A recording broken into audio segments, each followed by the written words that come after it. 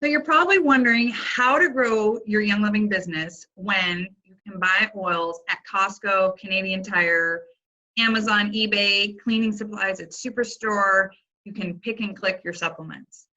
So how are people ranking up every single month? Because they are. There's new stars, new senior stars, new silvers, golds, platinums, executives, diamonds, and crown diamonds every month. So somebody has figured out how to do this. So what's the secret? That's what we're going to kick around. I'm Yvonne. I've been with Young Living for 6 years. I'm a diamond, and I love being successful in Young Living because it means that I can have all the oils and Ningxia and supplements and products I want, and I don't have to worry about my budget, which is awesome because I love this stuff. I use oils nonstop all day long. One of the cool things that has happened to me in my journey is realizing how amazing it feels to help people you love. Some people start sharing with people that are further away from them first, but I started to share with people that I loved first, my family members and my closest friends. And nothing's more satisfying than having those people share how oils have changed their life. My aunt, who's older, bought a kit from me, and months after she started using her oil, she texted me that they were using RC on my uncle's big toe and over his nose to help with his snoring. And they had slept in separate bedrooms for 17 years. And they were able to come and start sleeping together in the same bed because the RC helped so much. It's hard to beat the feeling of helping someone you love. So be sure to reach out to the people you love about oils. Okay, so let's kick this around. What is the secret success that some people are having that they can grow their Young Living businesses, even though there's other places that sell oils? I had an aha moment recently. A lady that I met about a year ago reached out to me and she said, "Hey, Yvonne, what do I need to do to get started with Young Living?"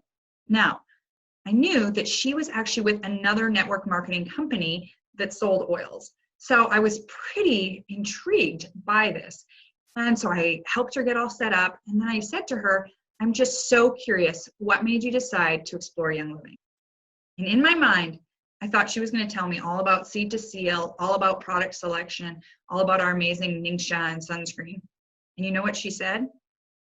She said, "Yvonne, I really like you and I wanted to support you." What? I was just like so blown away. And I started to think about this, that at the end of the day, people buy from people that they know, like, and trust. You guys have heard this. The people that you share oils with are probably people that you have coffee with, are probably members of your family, people you've worked with, you have relationships with, and that you have built into a community. So how do we increase this know, like, and trust factor so we have a continual supply of people who we can have conversations about oils with, who we can give options to, and who are curious about what it is that we're doing to pay the bills? That's what we're going to talk about. Ready? So no, let's break it down. No means, do people in your community even know that you're into oils? Are you using the products? Are you living the Young Living lifestyle? Do they see you going to Young Living events, online or offline, engaging in learning about essential oils and natural living? Do they see you having fun with the products, being creative, being curious, testing stuff out, and then sharing your results? It's really important that people start to know that you are the essential oil or natural health option girl in their community. So work on that. What can you do to make sure people know that? Second part is like. Know, like, and trust. Do people like you? There's this like basic law of the universe that happy people are attracted to happy people. Now, I'm not saying pretend to be happy. I'm saying do the inner work necessary to figure out what it is that makes you tick, that raises your energy, that makes you happy and passionate.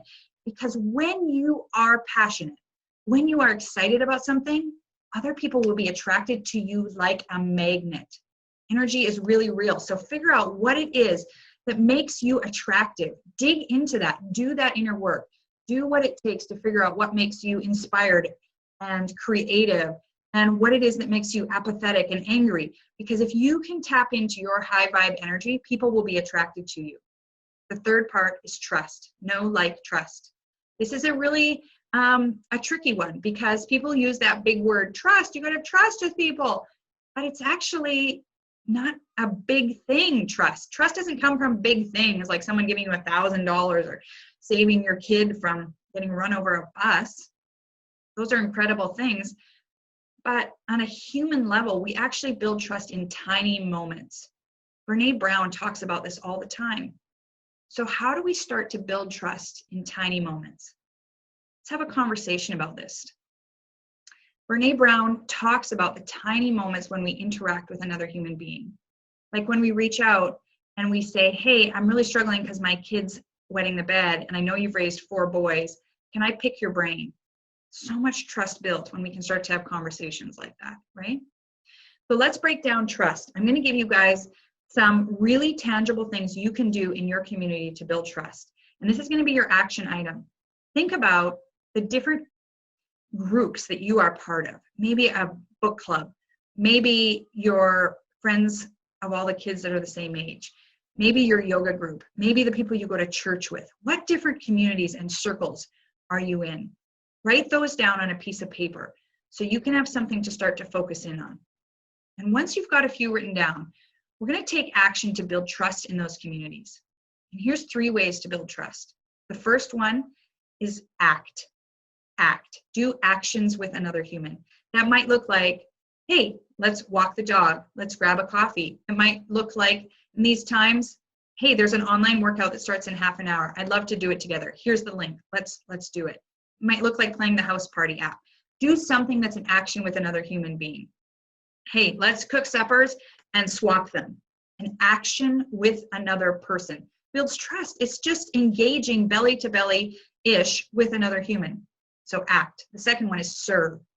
Do something for another human being. Make them a rollerball or banana bread. Offer to pick up their pick and click groceries.